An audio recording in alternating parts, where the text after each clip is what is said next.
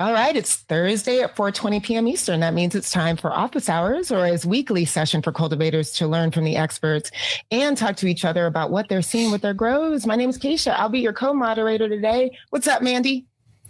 Hey, Keisha, how's it going? How's it going? We're here for episode 52. Oh my gosh. And guess what? For today's show, we actually have a very special guest, but I will let Keisha and Jason introduce them in a minute. We are also going live over on YouTube soon, so make sure you send us your questions if you're over there. And if you're here live with us, make sure you send us your questions, and we will make sure that we get all of those to the team. I'm here to remind you, if you're active on any of the social platforms, so that means Instagram, TikTok, YouTube, LinkedIn if you're super professional, and Social Club if you're super stony. Please follow us because we're on all of the accounts now, and we have different content for all of the different platforms. And well, we got a lot of questions in this week, so I'm not going to waste any more time with the intros. I'm going to go ahead and pass it back over to you, Keisha. Awesome. Thank you, Mandy. Yep. If you have a question with us, you're live with us right now. Type it into the chat at any time. And if your question's selected, we'll either have you unmute yourself or I can ask for you. Seth and Jason in the house. What's going on, guys? Hey, I think we're here now. All right. Appreciate everyone's patience today. We're excited to be chatting with Dan and having another great episode. Great to see you back in here, Seth. We're always have more fun when you're around. Thanks, man. I'm stoked to be back. I definitely missed this. Yay. A month or so it's good to be back at it.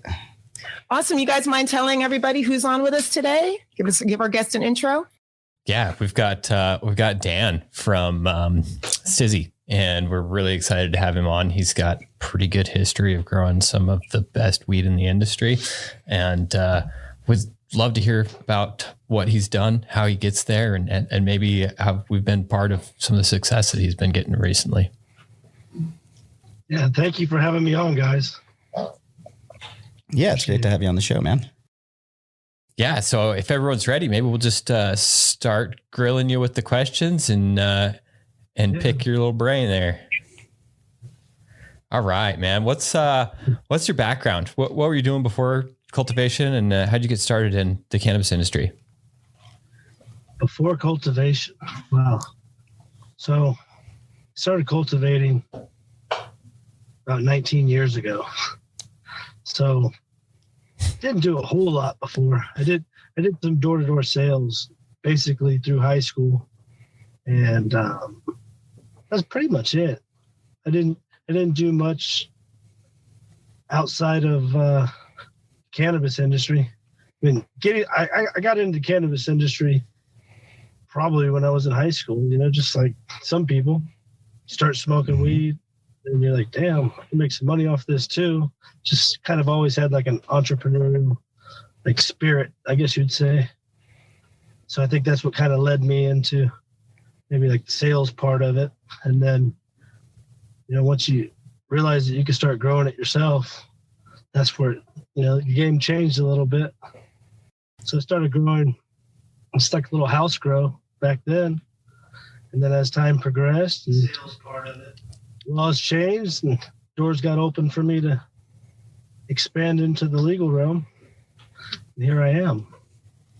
Very cool. And on a timeline, about when did you start growing cannabis at scale? I mean, probably 5 years ago. Nice. Probably I don't think it's been that long. Only about 5 years.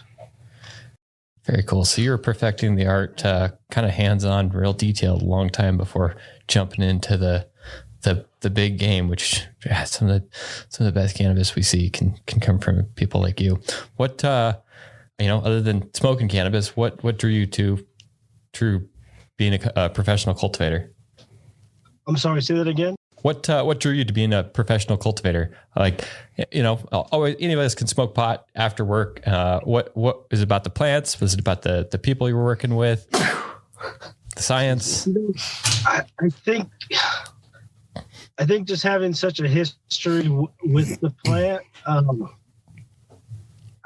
always see myself being in the industry, regardless of what happens in my life. I want to be connected to it for some reason. I don't know what that reason is, but I'm drawn to it.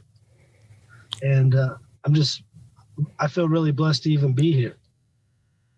Yeah, I think a lot of us do too. It's pretty awesome to be in an industry that you're passionate about, you know? Yeah. So like I tell people all the time, because I play the lottery, you know, like I'm like, I can win $100 million jackpot. I'm just going to dig deeper into this industry. I'm not going to some people be like, oh, I'll just retire, never work again. I'm like, why would you do that?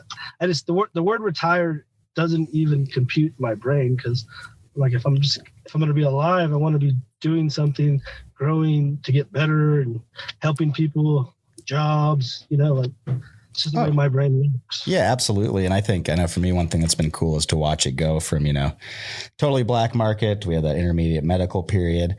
There's still some medical growing up, but the industry has been changing so much that if you've been involved for a while, you never got to really settle into a set, you know, stream for very long. You know, every couple of years, it's like, well, here's something new. And even in the rec market now, just small law changes are huge sometimes. Yeah. And you know, who knows what the future holds with the type of money that comes into this industry and what manipulations could potentially happen, you know, so we have to be prepared to create something better than they can, I guess. Right? Yeah, that's one of the tough things. Like we always get people being, you know, oh, we should federally legalize this. And you know, we've been fortunate enough to be part of the state by state legalization that's really offered a bigger opportunity for craft cultivators to be successful. You know, in other industries, you know, even if we look at what cannabis industry in Canada has happened, we've got massive conglomerates that come in with, you know, hundreds of millions of dollars and really stomp the market as far as where craft cultivation can exist. And so I think that we've gotten pretty lucky with the route that legalization has gone. And, you know, even though state by state legislation can cause some issues like oversupply in Oregon, or what we're seeing some of the market trends in California happen right now, I still think that that's a better chance than what would happen if it was legal across the U.S. all in one big blow. So I know for me that's something that has been a huge opportunity for startups like AROYA and probably some of the facilities that are growing top tier craft product like you are. Yeah. And I mean, I don't know about you guys, my family, you know, we find brands that we align with and we want to continue giving them money. And I see that being similar, you know, in the cannabis industry. You know, everyone can have a great product, but if you offer some other sort of connection with the consumer, they'd much rather give you the money than somebody else. So I think that's key in expanding businesses.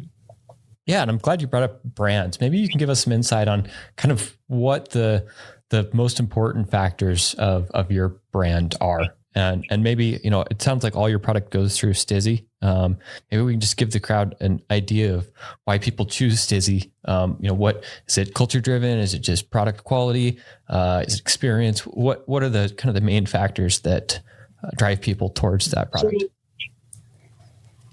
you know, I'm just contracted to grow for them, so I don't have a whole lot of insight on what they do and how they do it, but I know that they've been very successful at connecting with a certain market, and you know, the people that like their product, and you know, I'm happy to be able to contribute to that, you know. But as far as the insight into their success, I don't really know. You know, I just kind of stick to the cultivate and do my thing and let them win. I can comment to that a little bit. I think a big part of it is connecting people like you to the whole process all the way through sale. You know, you're connecting to the culture, but also making good business moves. You know, it's one thing to build a brand, but once you add all the other facets of the business onto it, you have a more complete package. I think that's one thing a lot of people are struggling with is, you know, having an organization that is big enough to adequately service all those needs. You know, you want to focus on growing. You don't want to spend your time growing a brand, right? So it's to your benefit to work with people who can focus on that. And we're just seeing that hit the industry. You know, we've got a lot of companies out there that are very focused on the brand, but they're not big enough to own seed to sale or cut to sale, you know? And it's really cool I think, to visit Stizzy, especially in LA, and see, the different facilities and see how connected all that is. It's huge to me. I can go to the store and go see someone like you inside of a couple minutes, not, hours. They really got a good thing going. I'm super proud of them. Daniel, I have a question for you. So you have history from pre-legalization to now. Like, what was that transition like to go from, maybe just growing what you love, doing what you do, like really fulfilling a passion, versus now, like, this is your work. You are contracted. You have goals that you have to fulfill. So, like, what is that like? What's that been like for you? Well, that period of time it was very interesting because a lot of people were either like wanting to do it or not, like a lot of people either, they had their thoughts on what the market would be like.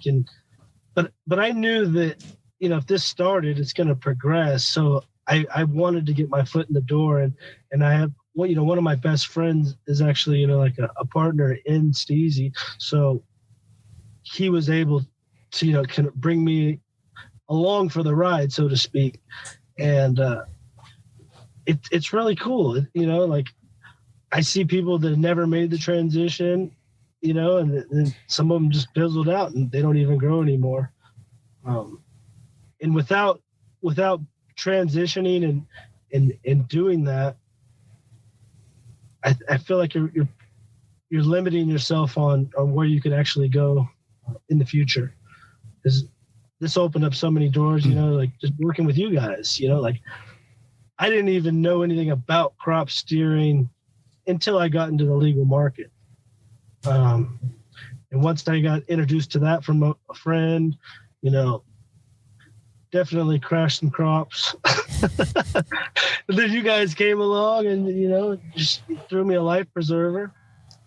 And basically things have been really good ever since. I'm glad you said that, Tom.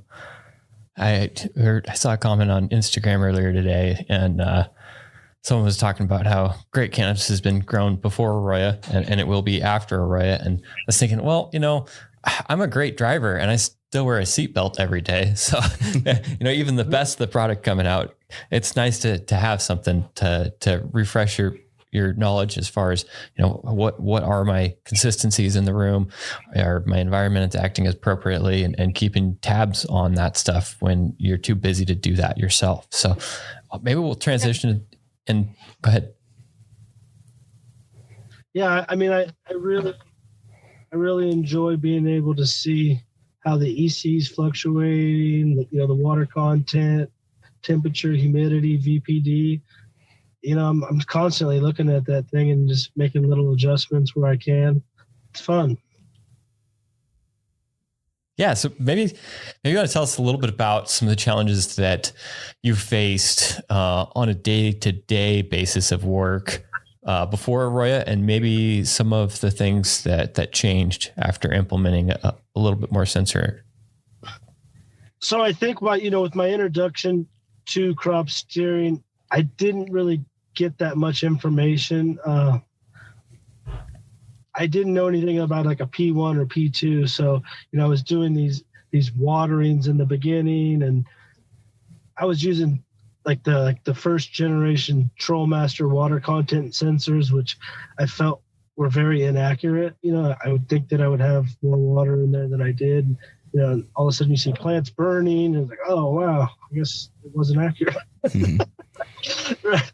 So, once I got AROYA and I started talking to Ramsey, he really showed me a lot on how to properly, get your water content up, P1s, P2s. And then I've just been kind of experimenting with it, ever since. And it seems to be working really good. Yeah. And I know one thing I love about the system, I'm sure you could comment on, is, we are in a phase where we do have a basic outline of like certain irrigation strategies that promote certain types of growth, right?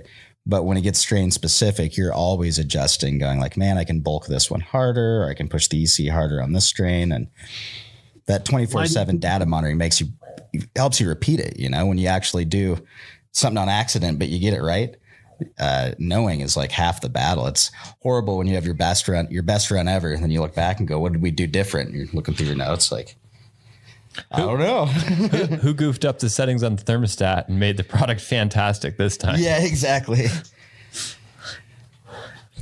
So yeah, to me, that's been huge. And I'm sure that's been a big part of your growing process too, as you've scaled up and really filled out these huge facilities. Yeah. And to be honest, I don't, fully use your platform like I should. I'm still kind of old school. I like to write stuff down, so I look back on stuff but your data definitely helps out. So do you get to select your genetics, or is that driven by a supplier or by the sales there? I can choose to put, whatever I want in the rooms. And I'm looking for something that's going to sell and something that's going to yield and make money. So, if we can make the consumer happy and make money, and then I like the way it grows, I'll just throw it on repeat. And that seems to be what I found with this particular kind of lemon cherry gelato I'm running right now. It seems to veg well, it flowers well, bulks well, finishes really nice, and the terpene on it is just like pure candy. I actually discontinued smoking, for my personal development reasons, and this one makes me just want to try it. I'm just man, I really wish I could just light up a joint of it when it's done, because I just want to know what it tastes like. I don't necessarily want to get high, but I really want to know what it tastes like. And I kind of wish that would be kind of cool, like having CBD strains that don't necessarily mess with you cognitively, but you can enjoy those same wonderful terpenes. That would be pretty amazing. I imagine that's coming. I think we're getting there. Yeah. I mean, a big part of it right now is just the money's in high THC numbers. We're waiting for that boutique connoisseur market to kind of settle in. Because the reality of that, right? Like if you want to do that beautiful terp expression, it's going to be a great breeding project. It's going to take some time. And then also you're going to have to be dialed as a grower to repeat that.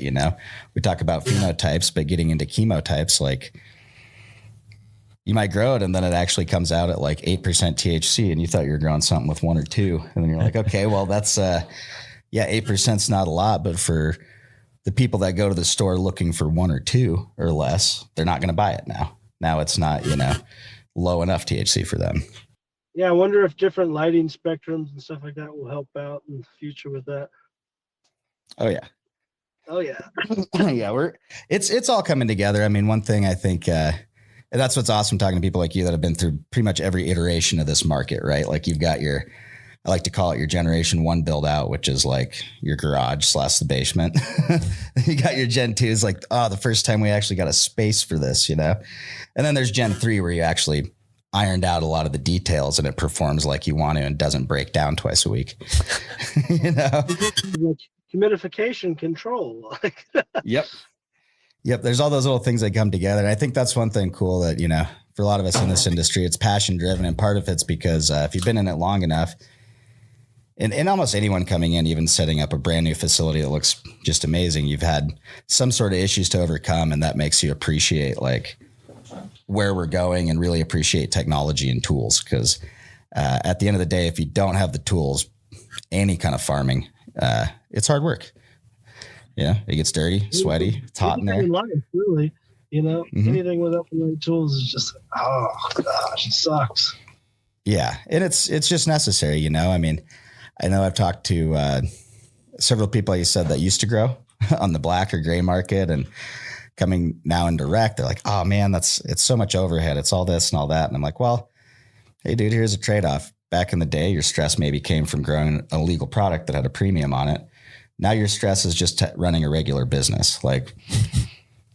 Maybe a little mental resets in order. One should be way more stressful to you than the other. And, I mean, different people obviously have different opinions on things, but it's kind of where we're at, Yeah. You got the stress for running a business, having employees, doing all that rather than just like, oh man, make sure those windows stay blacked out and let's not, figure out how many lights we can put on here before the power company starts asking questions or something. Make sure your wires aren't running too hot. Yeah. Yeah, exactly. How many lights can we get in here on 120 before we burn the basement down? Mm-hmm. So it's just trade-offs, right? And embracing like a little more, I don't know, it's a different lifestyle. We're all still black sheep in society in a certain sense, right? Weed still new.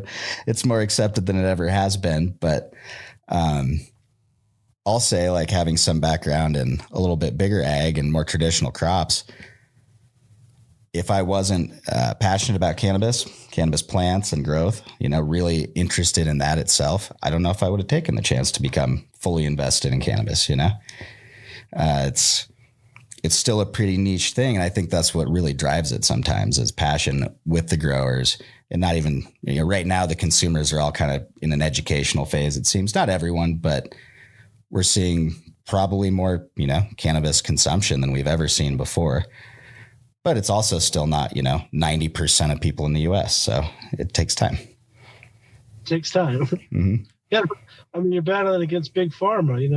They got all the other things to treat people's ailments. So.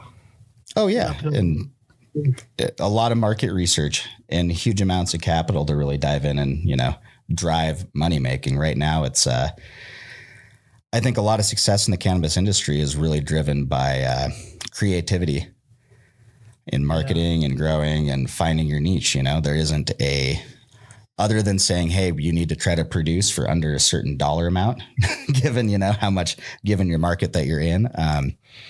Other than that, man, you got to try to differentiate yourself and be original here. It's not the same as peas or strawberries or, all these other crops that have a little more of a standard they're shooting for.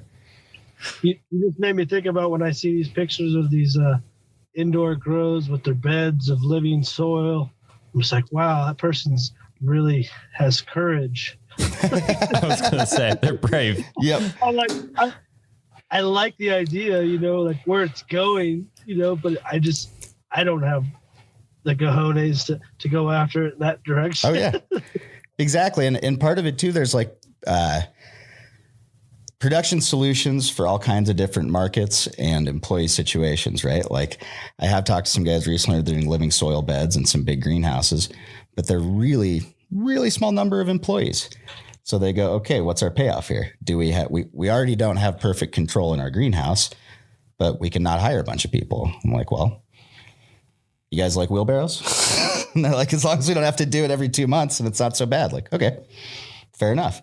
Turning over, several thousand pots versus, hey, maybe our yields are going to be a little inconsistent, but it works with our business model is cool. And, for some people, that's something they can exploit. Hey, we're sun-grown, organic, get a little premium there. Yeah, I guess once you have your market, mm-hmm.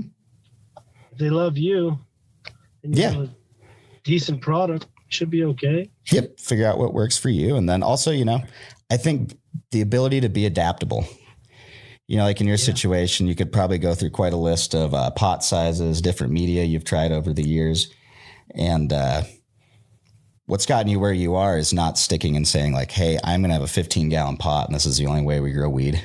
And we're going to grow these big plants. Like you walk into a room and go, oh, that won't work. What do we do different in here that, how do we actually get our square footage production out of it? Not just there's only one way to produce this type of herb, Seth, that is a perfect segue. Actually, Daniel, I wanted to ask you about what continuous improvements, you're cultivating professionally here in California.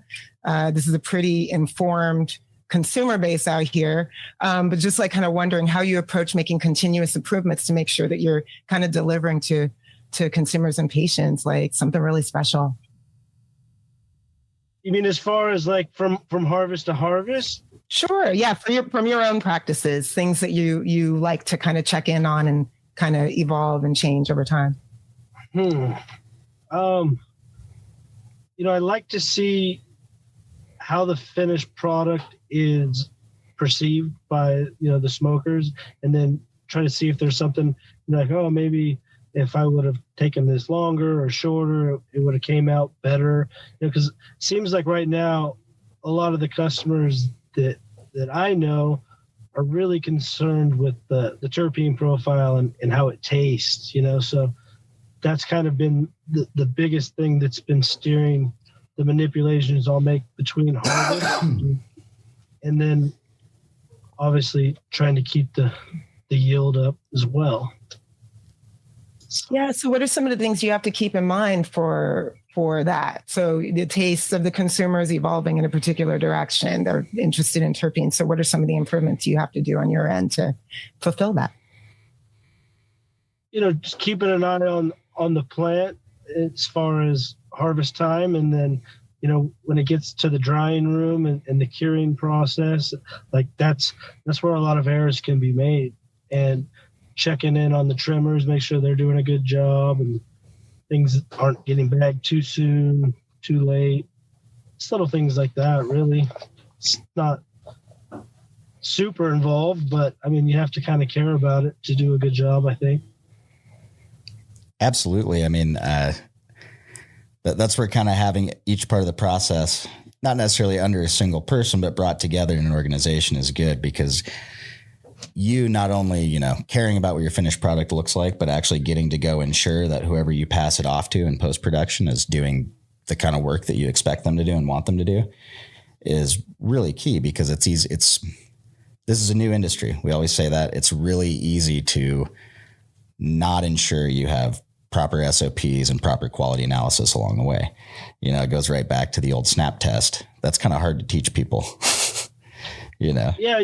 And there's a lot of people I feel that scale and even like on my end could do like consulting for multiple facilities. And I haven't really wrapped my brain around how to do that, because I'm so hands-on, and like, unless I bring on somebody that does that for me, I don't see how it could come out the same. Exactly. Just telling them over the phone or whatever. So I haven't extended my reach as much as maybe I could have if I was opening up, that can of worms. But I visualize it not working out. But it wasn't there often, so I'm willing to take on something else like more local where I can be around. But that's what that small march of progress is doing. Technology, right? Like, we're getting to that point where, we'll just take it back to like watering instead of even drying. Without some sort of insight into what's going on, you're either out there picking up pots or trying to put them on a load cell or something, and like, if you're going by picking up, well, let me just hand you a book and let's all hold it, write down a guess, and then put it on a scale, and how many times do we have to do that as a team until we're aligned, About 1,500 times a room. Yeah. For 6 months to a year. And then maybe you guys might all be close, So yeah, just little tools, like not only insight into seeing there, but then also going to, pressure comp irrigation, which was a huge one for anyone that used to hand water, switching over to that and going, wow, I can turn this on and give everything the exact same amount of water. Whoa. And that's just part of scaling on all levels, whether it's watering your plants, post-production. We see a variety of hanging solutions going to different facilities, that range from like, whoa, this is high tech, to like, man, you guys spend a lot of time putting weed up and taking it down, The clothes hangers? Yeah. I wasn't going to be specific, but yeah. Sorry. Hey, they're professional. They're solid metal. And it all works, right? But it's that progress of like, well, this worked and we can replicate this on a big scale. But after running that for a year or two, you start to get visions in your head and you're like, how could I do this in this space and have less mess and less pain in the butt taking it up or putting it up and taking it down, I think the best drying room I've seen so far is Miami Mango's facility. This place is unreal. They got that place pretty colorful these days too, don't they? Yeah. Yeah. That's how you attract the attention, man. It's peacock. Well, I mean, a little bit, right? That's the crazy thing. It, like, here in Washington, I know since like the rec market hit, I've seen some amazing weed at the stores that had zero brand presence, and you didn't see them after a few months. And it was like, dang, that's a bummer. Like, you can tell it's someone really passionate doing great work, and they're so focused on growing, they don't have time to make labels, man. You know? Yeah, that is sad. I think there's a lot of growers under the radar like that. It's like, man, if you could just have a partner, yep, and this cheerleader in your background, you really win. Exactly. And you know, it's a time thing. Like, when you look at your organization, that's a few people's full-time job, is just to come up with that strategy, generate the content. Like, it takes actual work. It really does. Yeah, I was going to say, you've got a pretty good situation figured out there, where you're supplying for one of the more notorious brands in the country right now. And obviously you get to do what you love to be part of that and make that great. So you get to keep focused on how you play an important role in their company, and really get better at what you're doing. Yeah, I mean, it's the only way to remain relevant in this industry is, you know, to continue to get better, because if we don't, somebody else will. And then, you know, there's no job that's there forever. You know what I mean? Like, oh yeah. And, you know, you nailed it there. And I think one thing, we can all look at California's legalization and how that rolled out, and know that, you know, we're not going to always expect the government to protect the small business player or the medium or the large business player, you know, just because they say it's a regulated amount of licenses or anything like that. That doesn't mean it's going to be perfectly fit to the market at all times, because they don't have previous data to look back at either. You know, what do they have? 5 years, 6 years to go? This is what's Rec's been selling. How much, you know, what does that equate to for canopy space across the state licensing? They don't know yet. You know, there's people out there still barely pulling a pound of light that are in commercial production. Okay, well, if the state's looking at square footage and what kind of yields to expect, they can just kind of throw their hands up and say, well, they will yield somewhere between 1 and 4 pounds per 4 square feet. You know, how many licenses should we put out next year? I don't know. Let's just sell them and see what happens. And yeah, they don't.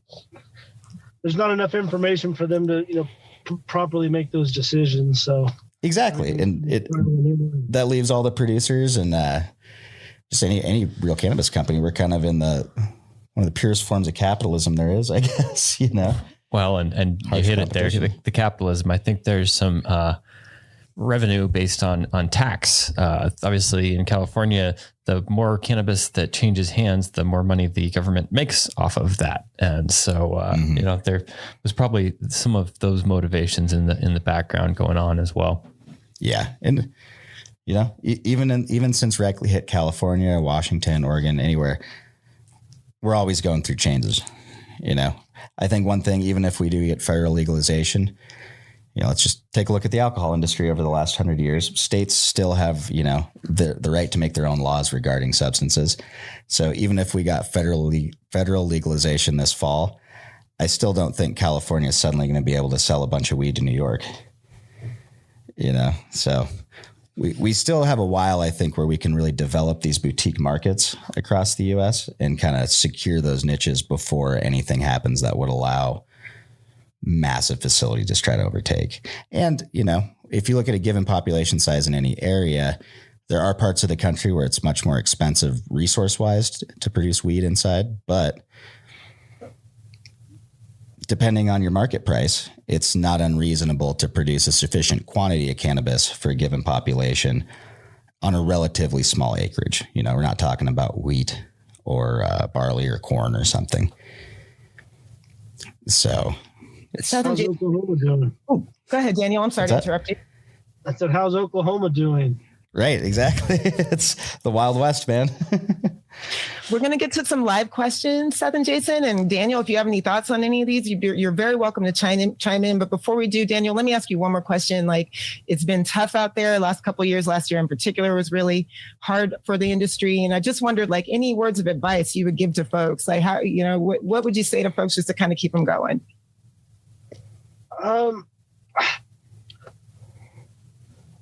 You know, if this is something that you can see yourself doing long term, then just stick with it. You know, figure it out. You know, it's just like having like an unplanned child. It's like just figure it out. I don't have the answers for you on what it's going to be for the individual to maintain, their position in whatever it is they're doing. But if that's where you can see yourself, do whatever it takes. Get another job. I don't know, but just continue. Don't give up. Yeah. If you put your heart and soul into it and you work hard at it, things will be all right in the end. Yep. Yeah. I love it. All right. People, that's huge. Mm.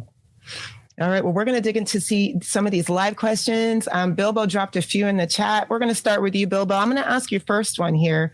I think, Mandy, we're going to alternate between here and YouTube because we got a lot of live questions coming in. All right. Bilbo posted, how does the AROYA platform help with cost of goods sold per batch or as a facility? Yeah. So, by using the right amount of resources. So in a lot of instances, I get in there and a client doesn't necessarily have good measurements of how much nutrients they're getting into their plants. Are we running off more nutrients than we need to? Can these end up in the plants? Are we not running our HVAC systems efficiently? So maybe we could add a little bit more heat and grow a lot more product. Sure, maybe our cost would go up, but our cost of goods sold could go down based on the input cost versus our output profit or revenue on that. And so I think the best thing there is the best way that we can help do that is by equalizing all of our inputs. If we have extra inputs, they're not utilized by the plant. So if we are running more CO2 than we need to for the amount of light that we have, that's just a wasted cost. And so if we can optimize those all to be at the same efficiency as far as the input levels go, then that's the best way to reduce COGS. Yeah, I think you nailed it. I mean, a lot of times we do go in and find HVAC operations a huge one. Sometimes people have a system that was designed by multiple people, implemented at different times. And one of their big challenges is just getting that equipment to play nicely together to achieve what they're looking for and not have, their humidifier and dehumidifier running all the time on separate controllers and small issues like that. That's huge. And then standardizing it, if you can take, just like Jason said, equalizing your inputs, if you can standardize those run to run, you can get a really good baseline of what your cost of goods actually is. That's one of the biggest challenges out there right now. A lot of people we talk to, it's like, hey, what is your cost per gram or cost of production per pound? I'll get the same answer from a few people from the same person a different answer from the same person over a month as they just are doing more and more math about where they're spending their money. The more they look into it, they go, okay, well, I wasn't accounting for this. I wasn't accounting for that. And then they start to look at right back to what Jason said, say their environment and go, hey, my heat fluctuates a lot throughout the day. What am I doing there? Yeah, I just love to reiterate the importance of long-term data logging. Obviously, when we're doing indoor rooms, we have pretty reliable sessions. Cycle to cycle, we have a fairly close idea of what we can run. So we can create that outline of our expected cost pretty easily. Now, would have loved to be able to do that when I started growing in greenhouses here in Eastern Washington. Obviously, we have pretty significant seasons. And, the first year I had absolutely no idea what we were going to get into. When December hit, what was our gas bill going to look like? How much was I going to have to operate specific equipment like lights to keep up with supplemental needs of the plants? And so after capturing that the first year, it was very helpful to look back 12 months and say, here's what our expectation is as we come into winter.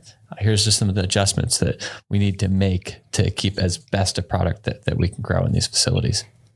Yeah. And just, quantifying it outside of just the bill too. Yes. Being able to relate okay, we spent that much and here's the results we got. We had good environmental regulation, or wow, last year we really struggled and we paid a lot of money. What does that mean? We need to improve, but how? So if you don't have the data to look back on, it's going to be, not impossible, but a lot of experimentation is going to be involved in trying to get that recipe and what works in a room or facility correct. Awesome. Great answer. Thank you for that. Daniel, you have anything you want to add to that or any personal insight? Yeah. So he nailed it. Yes, I agree. All right, we're going to go back and forth. Mandy, I'm sending it over to you. What's going on YouTube? Yeah, thanks for all the questions over there on YouTube, everyone. Bruce Leaf wants to know, I love that name. When feeding in 2-gallon cocoa bags, are you looking for a percentage of runoff during each shot feeding? Not necessarily. The rule of thumb that I go for when I look at runoff is how much am I trying to impact my substrate EC, right? And obviously that's going to depend a little bit on what our feed EC is as well. And so typically more runoff is going to either stabilize or decrease your EC slightly more. Less runoff or no runoff at all is going to start to let it rise up. I've worked with some people that have a really good input of their nutrient balance, and they don't necessarily even have to run runoff in 2-gallon cocos, and they've making a great product and being very successful at it. That being said, obviously traditionally everyone's usually more comfortable with a little bit of runoff, and I do always recommend a little bit of runoff, at least after a couple of your P2 events. So obviously through P1, we don't need runoff. As we are trying to maintain our water content, it's nice to get runoff just so you can take some pH measurements and check what your nutrient balance looks like. Yeah. I mean, where I like to start that, especially with say a new strain or something, is going in and looking at my graph and say, what is my EC doing? Is it rising quite a bit? Do I need to modulate that and bring it into, do I need some runoff to maintain day to day? Do I need to limit runoff to raise it? And usually what I'll do is start at about, 10 to 15% of that last shot is runoff, and then go see what it did on the graph. The unfortunate part of it is I'm not going to see that total result until, the next morning before I water, and I can see how high my EC's risen. And then the important thing is to note that and say, okay, we might not even be talking percentages as much once we get down to irrigation program. We're going to say, hey, give it an extra 20 seconds, give it an extra 30 seconds. What did we do yesterday? Well, that stopped it from rising. We kept it, stable. And then you got to dial it, with your system and with your plants. Because some plants, it's not going to be uniform. Some eat quite a bit or uptake, some don't. Yeah. And, one of the reasons that some of the most successful cultivators are really patient people is that they understand just that exactly, that if I make a change right now, I may not see an impact from that change until it's too late to make another change to either, counter my first decision. And a lot of people have chased their tails in this industry by trying to read and make day-to-day improvements on what they're seeing from the garden right then. And by capturing data over grow cycle, we can think about what consistency over that grow cycle looked like. And, maybe let's make a change for the next harvest group rather than altering midstream on this one. So. Exactly. If I've got that data right there, I can look back at my EC throughout a whole run, and then I note it and say, here's how much runoff I planned for today. Or I look at my irrigation schedule and go, this is what I ran. This is what happened. Again, right back to repeat it or don't. And then eventually, as a cultivator, this is part of where things being so cyclical are kind of a good thing. It becomes intuitive. You get very used to how your irrigation responds to your control commands and what it's actually going to deliver. And at that point, it's usually pretty easy to, make those small day-to-day choices to keep you where you want to be. It's easy as long as you're monitoring it. Yeah. Good habits. Yeah. At the end of the day, it's always going to take people like Dan that have passion and go in there and actually care about what the plants look like and how they're doing. I can show you examples of beautiful graphs and dead plants. Oh, wow. Well, dead at the end. It all looked good until they went to ripen, let's say, just because it's so obsessed with one line and throwing out like, oh, what does the plant look like? I don't want burnt leaves really ever. I don't, you can't know nothing about the plants and expect to have success. You've got to take some time and learn. That strain didn't want it that aggressive. Exactly. Yep. They're all so unique. Thank you for that question, Bruce. I'm going to actually pass it back to Keisha because we have a ton of questions, you guys. On fire today. Love that conversation. The grower is always going to be important to the process. So, all right, moving on to Bilbo's second question. Love this one, is a good one. What environmental control systems do the client success managers at AROYA commonly see deployed in facilities?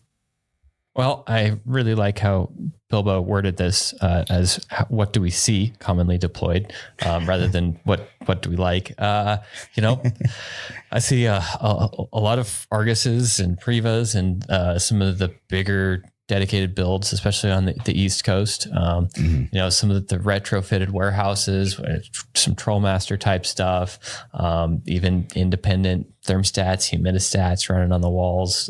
Sometimes, a collage of some of the Titan control equipment.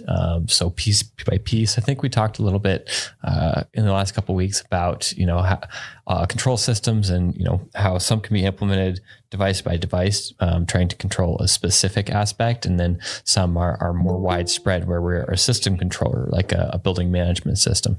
Mm-hmm. Yeah. I mean, it really typically we see a lot of Trollmaster and small to medium sized grows, and then above usually around 15,000 square feet. And depending on what kind of space they're retrofitting, that's also a big part of it, is what kind of power they had available. Some people are fortunate to move into facilities that, although they weren't for growing cannabis, already have a good electrical system to really build a good air handling system on top of, or they already had a good air handling system. They just don't have to keep it as cold now. Let's say if you're in like a frozen pea facility or something before that. So it really just depends on what the building looks like and what their budget looks like going in. It's always going to be cheaper to buy a Trollmaster setup buy a dedicated setup for a given room and replicate that than it is going to be to go, a custom PLC route and have everything custom made for your facility. Now, is that what the ideal thing might be? Yes. But in practical application, we've all got to stay on budget. And just because you have something at a certain price point, as long as you can get it to work reliably and the limitations of that equipment, it's not a huge problem. A lot of people have really good success with Trollmaster and, hey, people were growing great weed with mechanical timers for just about everything for a lot of years. That's exactly right. That it's funny when you said what kind of building that they're retrofitting in. One of my first really big installs when we were researching AROYA was in a meat processing facility. Mm-hmm. They had been using it, and so they were all freezers for the rooms and fridges, cool rooms. And I was like, wow, they actually have a pretty good infrastructure for running this without retrofitting. Yeah, they can just throw some lights in and they already got way more cooling capacity and air movement that they need. Yep. Not to mention sanitization. Insulated walls. Yeah. Daniel, you were saying something? Oh, that would be pretty cool to walk into, a blank slate like that. Like, oh yeah, just a bunch of empty refrigerator rooms. Yeah. It's those are unfortunately rare, those kind of retrofits. Yeah. I haven't seen a whole lot of those, although there's been some interesting ones, that's for sure. And you run into weird things, if you have low ceilings, there's all kinds of compromises in a lot of these retrofits. And with the state of the industry right now in terms of banking, I think it'll be a while before you can go take out a cheap $10 million loan to build out a mid-sized facility. Right now it's hard to get a loan that's going to take you 10 years to pay off in cannabis. And with the volatility in the industry, that's not necessarily something you want either. Yeah. Seems like that'll be the only one making money is the lender at that point. Well, and hopefully a lot of lenders might have some problems if they got too wild with it right now. But it's helping build, I think, for the businesses that are surviving and being successful. Generally speaking, that's forcing them to make a lot of responsible business choices and take their expenditures way more seriously than if they had access to we messed up, we'll just take an operating loan this year. They're like, no, this is the world. We have to have real estate or something real for collateral here, Yeah, this industry is nothing if not resourceful. That's for sure. Mm-hmm. All right, Mandy, sending it over to you for YouTube. Awesome. Yeah. I think Diane popped in and popped back out. I was about to ask this question. Diane wanted to know, can I feed with 4.1 and still, see deficiency pH 6.2? This is really hard. Can you guys actually see this chat? Can you see the information that's in here? No, maybe. Oh, in Google Chat, yeah. Can I feed with 4.1 and still see deficiencies? So basically, what he's talking about here is nutrient EC feeding at 4.1. They're seeing, I'm assuming, a runoff of 6.2, indicating a slight imbalance in pH. Obviously, we have to assume that they're running at probably a 5.6 to 5.8 on the input pH. So really not a huge imbalance. Some big questions here, that we don't know about would be, what is the light source and what specific nutrient line and or mixture is being used. The simple answer is yes, you could see some deficiencies. That being said, with a good nutrient blend, probably not going to be running into very many deficiencies. 4.1 is definitely on the higher end of what we work with as far as feed ECs going. At a pH of 6.2, I wouldn't get really concerned. I think, as usual, you'll hear us say if you do have concerns, then get a tap or leaf tissue analysis and break it down the scientific way. Even the smartest people in the industry have troubles spotting or reading leaf responses to a specific element in the balance. Absolutely. I mean, honestly, my first step there, Diane, would be to get a hold of something like the Solus and start to try to get some time series data. Like doing it 24 times a day or something is probably unrealistic, but if you can do it right before and right after your P1s, and then do it again at the end of the day before you are out of the room, try to get an idea of what your EC is actually doing. That 4.1 feed is less important than what the EC state is in the media itself. So like if in your media, you're ranging from a 9 to a 16, doesn't matter if you're feeding 3.0 or 4.1 or whatever, that EC is already higher. So one of the big questions is, if we're looking at deficiencies, how much runoff are you running? Is it being washed back close to 4.1 pretty frequently? Is that what we have going on here? Is the EC actually really high? You can push high EC quite a ways before we actually hit toxicity. And typically we'll hit osmotic problems before we hit toxicity. So without knowing what's going on in the block, it's really hard to say. If your pH is rising, like Jason said, you're feeding at a 5.6 to a 5.9, you're coming out at 6.2. We're looking at a plant that's not feeding very much. And that could be for a variety of reasons. And it can, like Jason said, depend on light, nutrient line you're running. We could even depend partially on VPD. There's a lot of factors. If anything is out of line in the environment, you're not going to expect a plant to uptake in a normal expected fashion without really diving into what kind of fluctuations you're seeing throughout the day.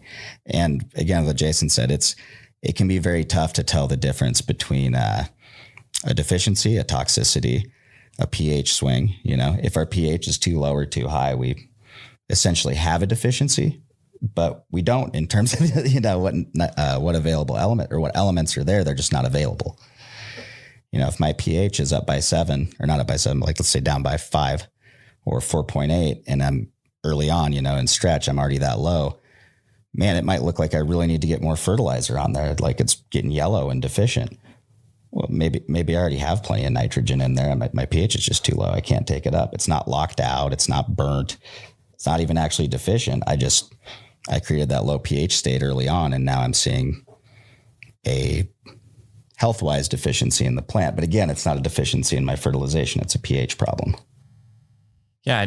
There's some really good resources out there that can kind of help you get used to, or anybody get used to some of the basics as far as how these interactions are. And that's a nutrient solubility chart. It's basically pH from low to high, and it talks about the different elements and how much solubility. Usually they'll have some either square boxes or some trapezoidal type lines that indicate, all right, here's how much nitrogen could be uptake at this specific EC and at this specific pH. And then you go down the list and it'll have phosphorus and potassium and boron and iron and all that types of stuff. And, another one with there is, what is it? Mueller's chart that talks about some of the nutrient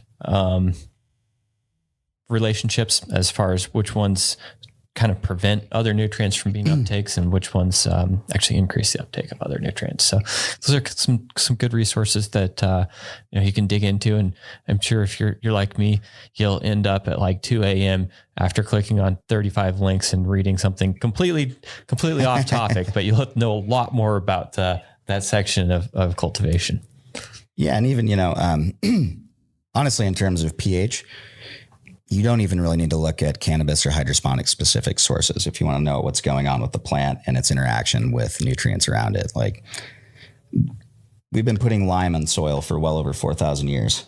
They've been putting gypsum on soil for well over 4,000 years. And it's the same basic principles we're talking about right here. Getting the soil, or getting the nutrient solution pH in range to have efficient uptake. Yeah. That being said, it is specific for types of substrate as far as those pH solubility charts. So if you're working in something like soil, usually you'll see ideal ranges up towards that 7.0 range. If you're looking at cocoa, then typically, it'll be around that 6 range, plus or minus some. And then a lot of times rock will be down towards that 5-6. So make sure that the chart that you are looking at is applicable to the media that you're growing in. Yes. Yeah, definitely. Thanks for bringing that up. I guess what I was getting at more is just the science behind it's not new in terms of pH relationship with specific plant elements or plant essential elements. There we go. Awesome. Thank you guys for that. And Diane, sorry for butchering your question, but this is why these guys are the pros. So yeah, I think we have some live questions, so I'm going to pass it back to Keisha. Thanks, Mandy. Yeah, we're going to go just a few minutes longer here since we got a little bit of a late start. Asking Bilbo's third question here. Moving toward recipes, do you think that the annotation features are more powerful than the time outside of a specific range out of spec? So for me, the annotations make that out of spec powerful. And I think the most generic example that I use that has happened to probably almost anyone that's watching this is a dehumidifier going out and seeing that humidifier go, or that humidity go way up. Well, if we put an annotation in there, someone saw it happen, someone read the graph and went and checked that it got fixed the next day, rather than, having a plant response and then trying to work down the mystery of, what happened. Another great example of this is some of the same thing, humidity, lights off, humidity spike. So a lot of times with HPS, we're burning quite a bit of the humidity off just from the heat produced in the lights. And when we turn those off, a lot of times our humidity will spike right up. Well, let's make an annotation on that and adjust that time frame. Let's kick the dehum on maybe 30 minutes before lights off. Well, it took us lower than we wanted. So let's move that to 15 minutes. And so annotations, for me, they are what give a human readable attribute to the data, right? Why did this happen? A lot of times that's going to be an afterthought, but what continuous improvement does is allows you to build stabilized systems by analyzing the issues you've run into. Yeah, I actually got a great example from a few weeks ago right on top of my head from that one. Spraying. I saw a great picture. What happened to my plants? I look back at the graph about 4 days before and see a huge humidity swing. Did you guys spray? Did you spray Nukem?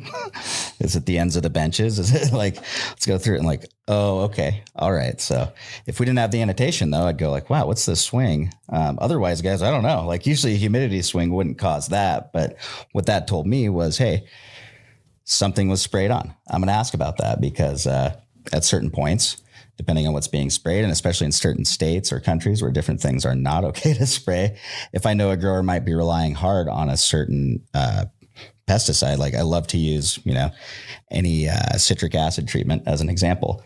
The difference between that being used as a pesticide and an herbicide is just dosage. The dosage makes the poison. So there's always little things to look back at. I think Jason captured it perfectly there. Annotation gives that data power. You can actually act on it or not act on it. Knowledge is power, right? All right, Mandy, I think we have one more question from YouTube. Take it away. Yeah, thank you guys for all the shout outs over there too. Iron Armor wants to know, what's the best way to apply leaf tissue samples to your irrigation and nutrient program? So build out that profile, Wait until the end of your run and look back and see if you, and also I always like to say this, pictures, pictures, pictures. If you are already taking leaf tissue analysis and you're doing it regularly throughout a run with a different strain, take a picture of that strain every single time you take a leaf cutting from it. Take a picture of that plant and start to associate those values with overall plant health. And that's the best way you're going to see improvements if you go, okay. And the hard part again, when we're talking about leaf tissue analysis, if we look at other crops, these tests were done thousands and thousands and thousands of times over and over and over with the same varieties grown across several different environments and then data corrected to actually look at what kind of results we're getting. So are they useful? Absolutely. See what's going on in there, but you need to look at a whole run before you're ever able to make a plant nutrition choice change. Yeah. One thing for me when I am starting to get into some pretty complicated stuff like, associating leaf tissue analysis with making nutrient adjustments, I start to lose some of my data. And one of the best things you can do is just start attributing your harvest groups. So when we can look back at what our strains performed like and what modifications we made, we can kind of keep our brain straight as far as, what all went into this harvest group. So, and we've got a good area for taking pictures in there. You can upload, leaf tissue analysis into those annotations as well. And just do your best to collectively get that information into one place. So things that your team's taking on a daily basis as a digital grow journal, some of those more advanced techniques like employing tissue analysis, making nutrient modifications, just try and collaborate it so that the clues all work together to give you the full picture. Absolutely. And, go through it and establish basically some KPIs. Know that like, hey, if I've done tissue analysis on this strain, let's say 3 runs, I'm looking at nitrogen indication at week 3 or 4. How much nitrogen have I built up? I'm looking for a few key things at a few certain points because, okay, let's say I'm not super happy with the numbers I'm seeing on my micros.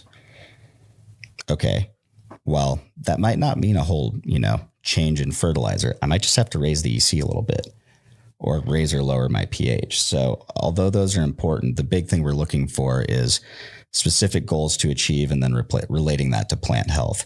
If I see a plant that's yellow or it's got, some clear magnesium deficiency or something, then I see that reflected in the numbers. Boom, there we go. But I would honestly, with the state of fertilizer on the market right now, I would kind of discourage a lot of people from trying to delve too far into that and making day-to-day adjustments, compile that data. And once you've got quite a bit, look back at you need a lot of it to make it statistically significant. Awesome. Thank you guys for that. And I believe that's it for YouTube for today. And we're all about out of time right now. So I will pass it back over to Keisha. Awesome, Mandy. Thank you so much. Daniel, thank you so much for coming on the show. Thank you for having me. Yeah, no, really cool to hear your story. We love hearing from growers doing it out there. So just wishing you continued success. And since we're both in the Bay, we're going to have to meet up in Oakland sometime. Mm-hmm. Yes. All right. And then as usual, Seth and Jason, thank you for your expertise. Thank you for another great conversation. Anything else you want to say before we go? Just another huge thanks to Dan. Yeah. Thanks for coming on the show, man. Really appreciate it. Round of applause. And Mandy, my co-moderator, thank you as usual for helping me hold it down. Thanks to everybody who joined us this week for Office Hours. We do this every Thursday. Best way to get answers from the experts, as you can tell, is to join us live. If you're looking to learn more about AROYA, be sure to book a demo with us, and our experts will walk you through all the ways it can be used to improve your cultivation production process. But as always, if there's a topic you'd like covered on a future episode of Office Hours, post it anytime via the AROYA app. Feel free to drop ideas in the chat, send us an email at support.aroya@metergroup.com, or send us a DM over all the socials. We are everywhere. We want to hear from you. We record every session. We will email everyone in attendance a link to the video. It'll also be on the AROYA YouTube channel. Like, subscribe, and share while you're there. And if you find these conversations helpful, spread the word. Thanks, everybody. We'll see you next time. Have a great day. Bye.